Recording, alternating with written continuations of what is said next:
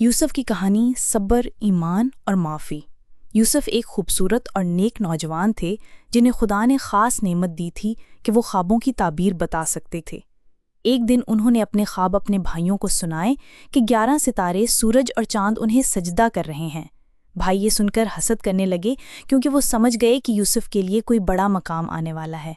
جب خدا آپ کو کوئی خاص صلاحیت یا خواب دے تو سب کو بتانے سے پہلے حکمت سے سوچیں، کیونکہ ہر کوئی خوش نہیں ہوگا۔ اپنے تحفے کو عاجزی کے ساتھ استعمال کریں۔ بھائیوں نے سازش کی اور یوسف کو ایک سنسان کونے میں ڈال دیا۔ بعد میں انہوں نے یوسف کو ایک قافلے کو بیچ دیا جو مصر جا رہا تھا۔ اچانک یوسف کی زندگی بدل گئی، اپنے گھر سے دور، غلام کے طور پر۔ کبھی کبھار زندگی کا موڑ ہمیں نیچے گرا دیتا ہے، لیکن یہ اختتام نہیں ہوتا۔ خدا مشکل راستے سے بھی آپ کو اپنی منزل تک لے جا سکتا ہے۔ مصر میں یوسف ایک بڑے عہدیدار کے گھر میں خدمت کرنے لگے، لیکن مالک کی بیوی نے جھوٹا الزام لگا کر انہیں جیل بھجوا دیا۔ یہ دوسرا بڑا دھچکا تھا۔ پھر بھی یوسف نے شکایت کرنے کے بجائے جیل میں دوسروں کی مدد کرنا شروع کر دی۔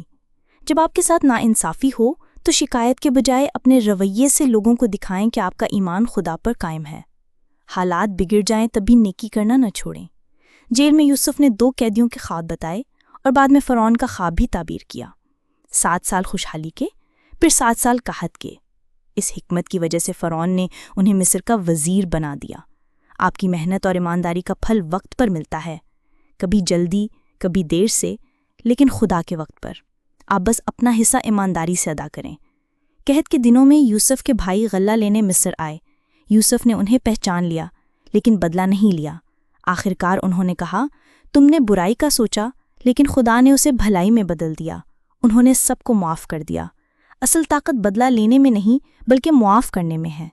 معافی دل کو آزاد کرتی ہے اور خدا کے قریب لے جاتی ہے۔ صبر کے بغیر ایمان مکمل نہیں ہوتا۔ خدا کا منصوبہ ہمیشہ بہتر ہوتا ہے، چاہے ہم سمجھ نہ پائیں۔ معافی وہ تحفہ ہے جو دینے والے کو بھی سکون دیتا ہے۔